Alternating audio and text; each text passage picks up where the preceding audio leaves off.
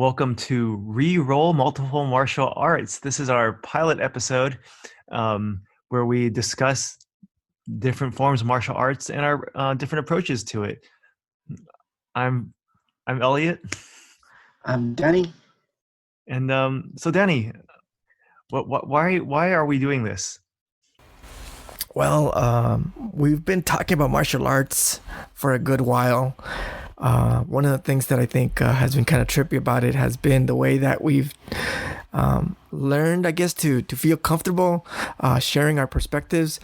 One of the things that I've seen, even on your side, is that I've seen you take on a martial art, and that's been really exciting to kind of have that conversation change. Because when we started talking about it, I think I was always talking about like, oh, this is what I'm going through, and you were really supportive. I really appreciate the way that you were kind of not just simply being like polite and hear me out. You were always kind of invested in like, what is this talk about? And then I kept on saying like, oh, you should try this. I think I threw everything at you, like judo, taekwondo, aikido, jiu-jitsu. I remember one time I even invited you to train and you were cool and you came on over to my class and you did a jiu-jitsu class. But then you tell me, hey, I'm doing Muay Thai. And I was like, what? And then our talks really changed because at that point we were both kind of going through this process of being able to talk about something from a personal perspective, but also, I don't know, maybe it's our academic training. I mean, both of us by coincidence have invested a lot into the academic field. We've taught. We have that weird sense of maybe overthinking the material, but in my side, I really appreciated the opportunity to have someone to kind of bounce this conversation in that way. And one of the things I really appreciated was this sense of like knowing that you were going through something that I was going through, but also your take. I really appreciate the way that you had, for example, for me, I hadn't trained in Muay Thai, but you started training. So I was able to kind of pick on this idea that you were going through something that I had only seen from afar. And then I took your lead and I even, a couple months later, ended up taking my first Muay Thai class. So out of that, we were able to record several conversations prior to this one. And I think it was this back and forth thing of like, hey, should we try our own podcast? Just to dedicate fully to it. And this is it. This is our first try. And I think one of the things that we want to emphasize is that this is our pilot, our intro. Hopefully we'll be able to kind of see it unroll, unravel, repackage itself, and grow. Yeah, I really enjoyed training that one Brazilian Jiu-Jitsu class. And the only reason why I didn't continue at that time was like, wow, I felt like I was learning a new instrument and I needed to dedicate time to fully, dedicate myself. And it was like, wow, my instrument was body. And that kind of really sparked, my brain. I was like, wow, this is something I really wanted to do. And I've always wanted to train martial arts ever since I was a little kid. But, my parents never let me. And now that I'm, on my own, I'm like, you know what? Got to fulfill my childhood dream. But also, I think one of the reasons was why I did it was, self-defense, it's, and going into it, I found much more than just self-defense and a cool hobby. I mean, I understand my body a lot more, my body's movement and just being more in tune with myself. And with that, finding a different world, a different community, and like a whole mix of personalities, anything from really humble people to really, egotistical people.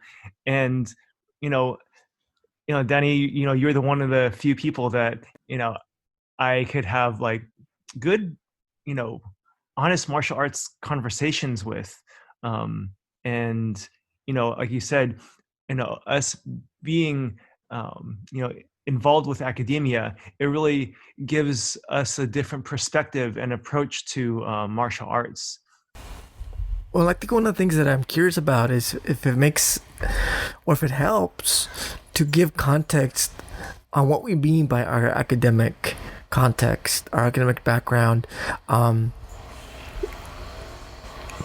you share a little bit about your academic background? Well, How do you describe it? well, okay. Well, I have to say, I really like punk related stuff.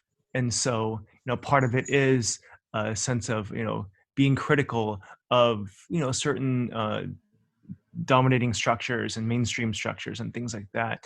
And also, as someone who I studied English, and in that field we analyze a lot, we unpack a lot, we break down a lot of things, and so not just so when I approach martial arts, not just the philosophy of things, like I really enjoy Bruce Lee's philosophy and all that stuff, but also why, for example, why are there so many cops in Brazilian jiu-jitsu class? Why are there the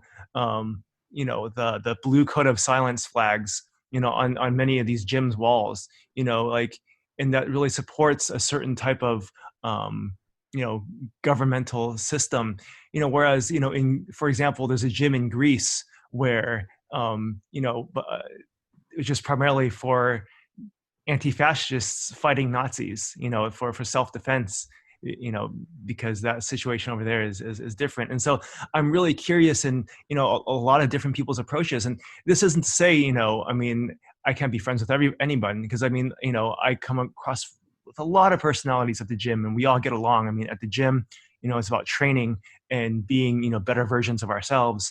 But at the same time, I can't help but think that there's, that the intentions of other people training, and it's just the rabbit hole goes deep, and part of what I do, I think a lot and try to just unpeel the layers of martial arts and society. No, I think it does help a lot to really place that background into the conversation, because when we talked early on, my conversation was based on someone that had trained in some semblance of martial art, some discipline, since I was 13. I think I was 13 the first time I took a formal martial art class. It was a karate class at the Salvation Army. And like you, it was presented as like self-defense, but I learned to see a lot more of it. And even then, I'm thinking about like even prior, like I remember my first actual martial art class, it was my best friend's brother was teaching us how to fight. And I have these memories of like him giving us like a broomstick, and we were like tapping the broomstick on each other's like offense, defense, kind of back and forth.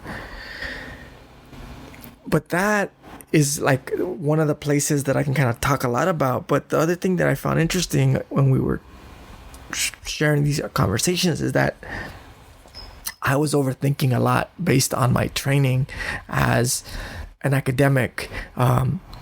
My PhD is in anthropology, looking at systems, looking at cultural patterns, looking at an Oedic perspective of saying, I'm an outsider and I can see patterns that are there, but are usually not acknowledged by the people themselves.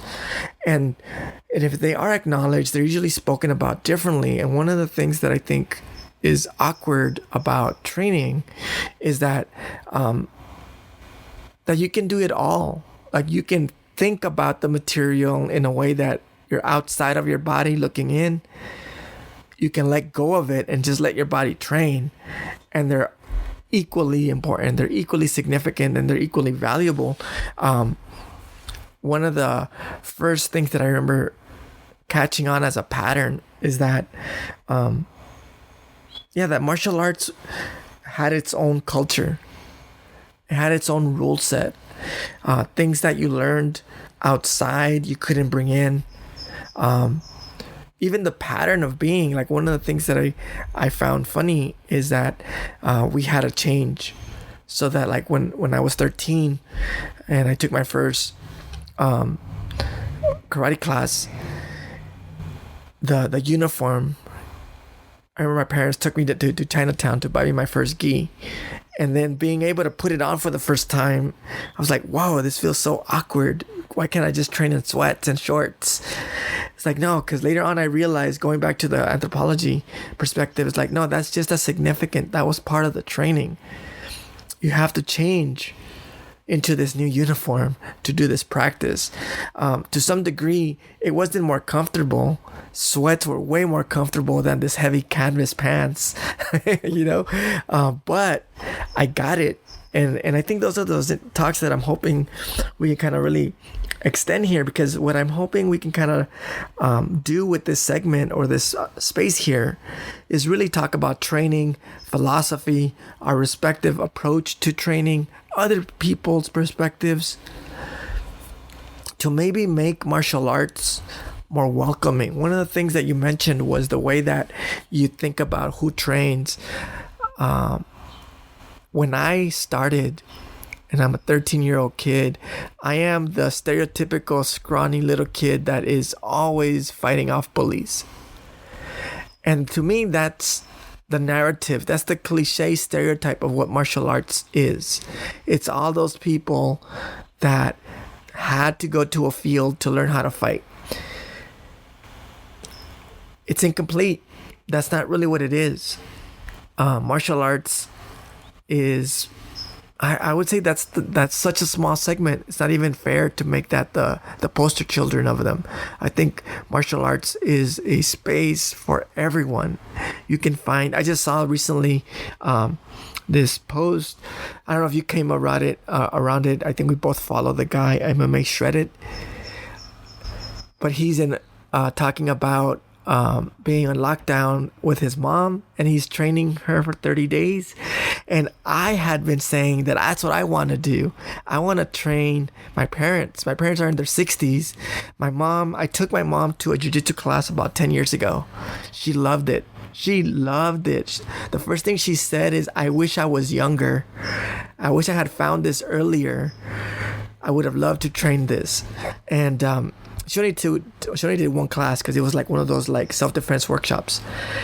But to this day, she's like, I want to go back. And I'm thinking, like, I want her to train. I want her to train not for self-defense, because it would hurt me that she would have to defend herself with it. But because it's amazing the way you learn your body, and I think that's where I found it important. And seeing this video of this young man in his probably like mid to late 20s, who's a martial artist, training with his mom, who's in her 60s. Oh man, that warmed my heart. It made me feel so beautiful that like that's what martial art is about. And seeing her get better, there was these moments I was watching it with my daughter, and I was like, "Did you see that kick? She kicked so well," And I was just smiling. And to me, I think that's what martial art's about. So why do you train? Like, what keeps you going? Why stick with it after so many years? Well, one, I found I loved it. I found that like I really appreciated the way that my body got stronger. I don't know. I didn't train for self-defense. There's some weird things that have happened. Like the very first time that I was assaulted as a little kid, I was beat up. I had already started training karate and I couldn't use it because I freaked out. It was sad. I was like, man, it just didn't work. I didn't do anything. I just freaked out. I got mugged, and I had been training karate, that same karate place that I started, like for like, I want to say like probably like 6 months. And I couldn't use it. I didn't do anything other than, I don't know, freeze. That's all that happened. Later on in life, the other times that I had to use it, I didn't have to use it. I was like, oh, I know how to get away from here. I know how to step away from distance. And in itself, that was beautiful. I was like, I remember telling everyone that I wanted talk to my sensei and tell him that, like, thank you, because all of his little role playing worked, because this person was trying to intimidate me, and I was just kind of like, no, thank you.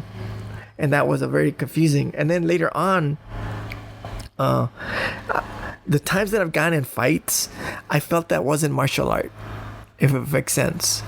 Like, I have these memories of moments where I realized, like, oh, okay, there's a handful of fights.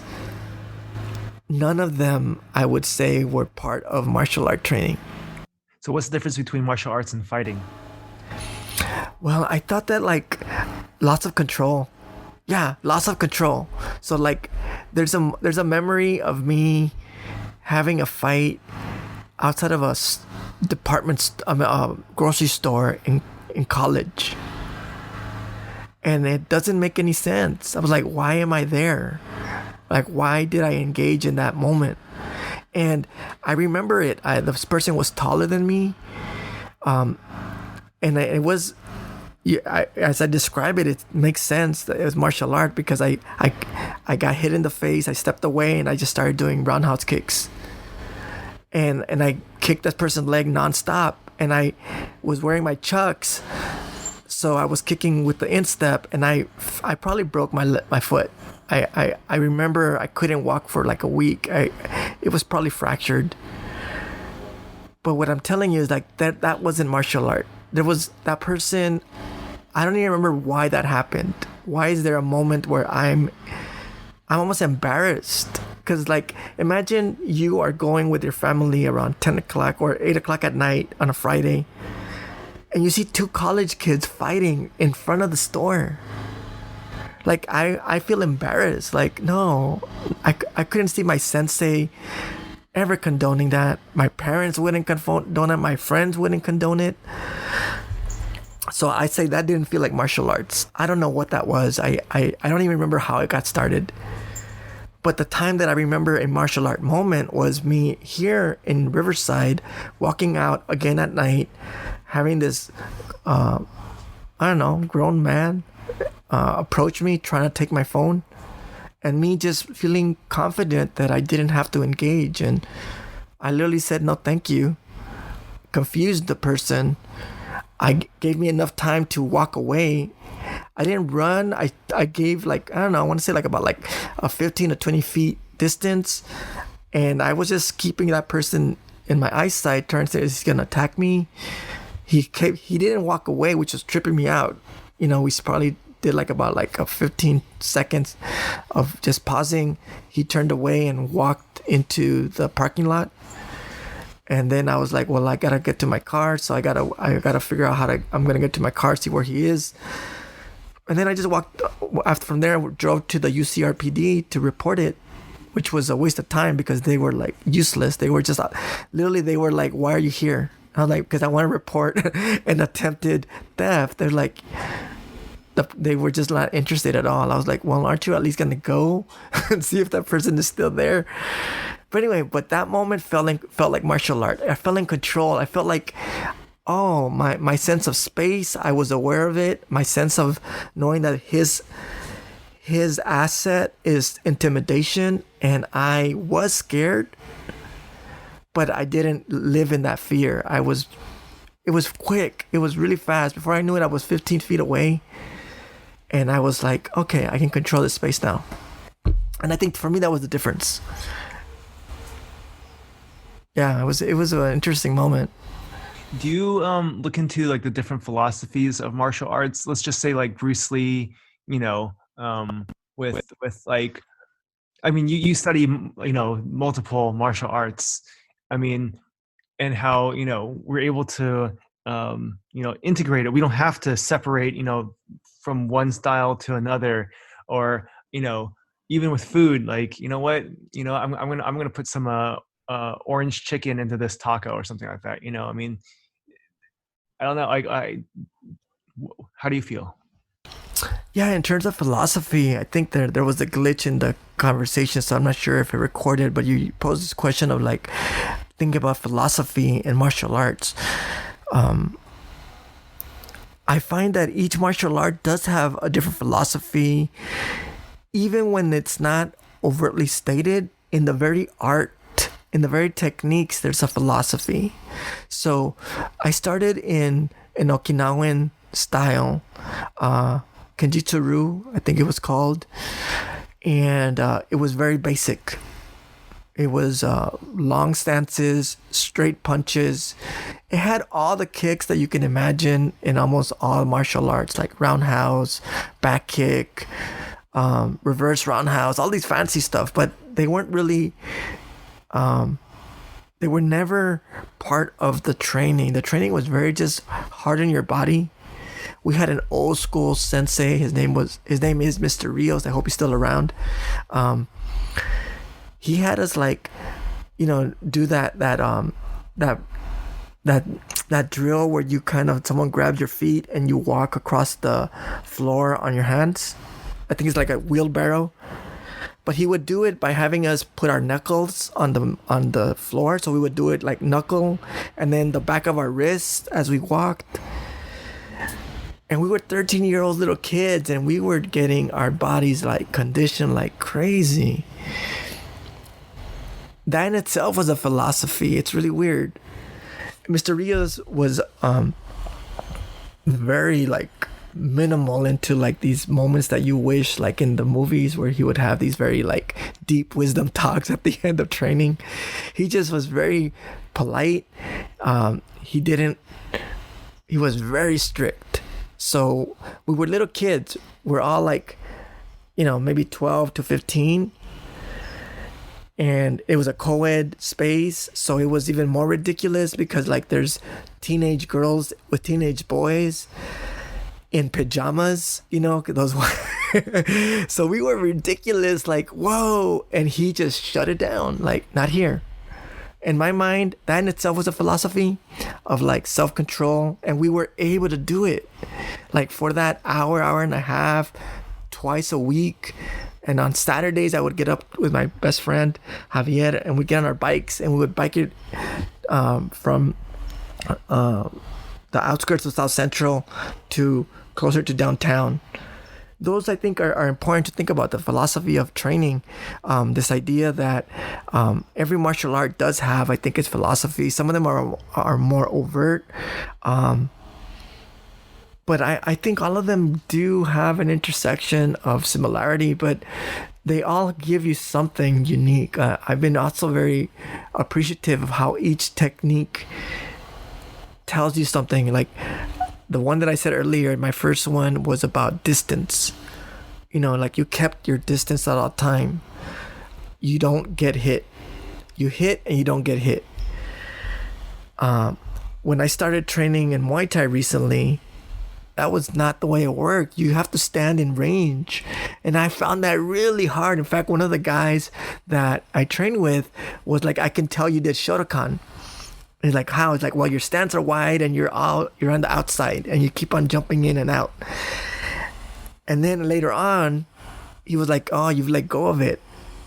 That was about like 6 months later. He's like, oh, I can tell you're coming to the fold because now you stand right in front of me. And I was like, oh, that's trippy. And I'm thinking like each martial art has its own philosophy and training, but also has its own, I think, philosophy and messages of the senseis. I've been really appreciative of hearing the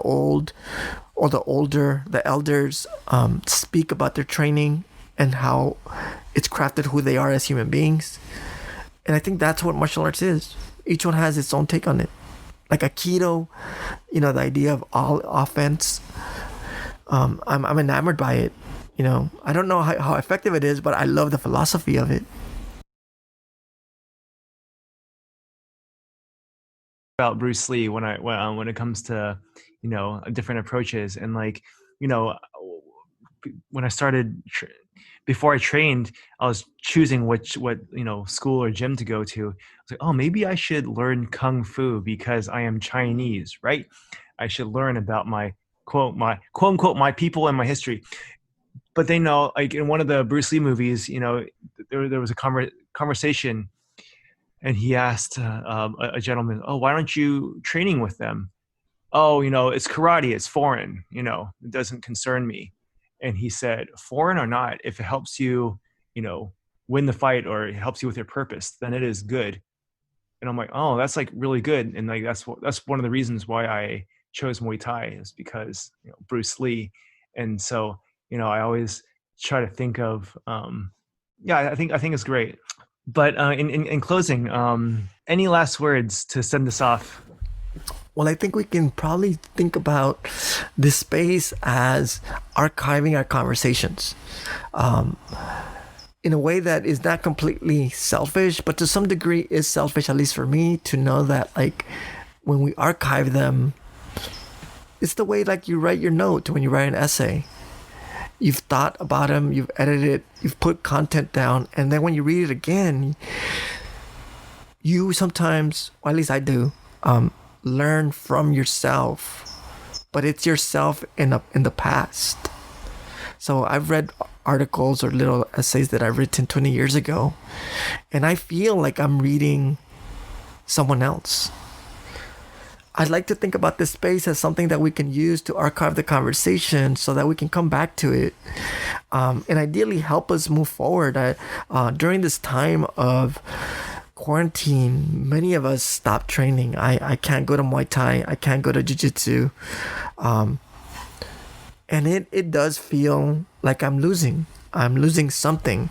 My body, this can't just be an intellectual thing. My body needs to be that vessel that practices what the mind has been instructed. And I think that's where I want to put it together here. Maybe we can kind of start laying it out. What about you?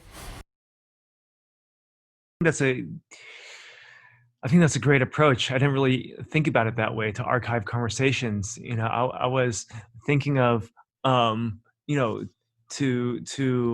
take the conversations that are already out there. It's like, I always think about, everything that we do or we talk about has already been said, but it's how we say it, how we approach it, and from what angle is what creates curiosities and helps it piques interest. So I'm hoping just to add to the conversations out there that are already there. And I listen to a few podcasts, and I like them. They're all very interesting, but I want to go beyond mixed martial arts and beyond the all this hype and stuff like that. Jeff Chan's MMA Shredded, he's like, for him, why he trains is to be the better version of himself.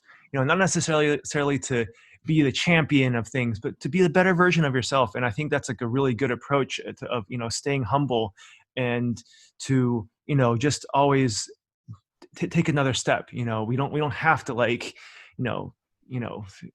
kill ourselves or anything like that. Just always take another step. And I think that's always helpful moving forward. Well, I think on that note, we could probably just pause it for today and just really think about getting an opportunity to revisit this conversation at a later point in the future. Sounds good.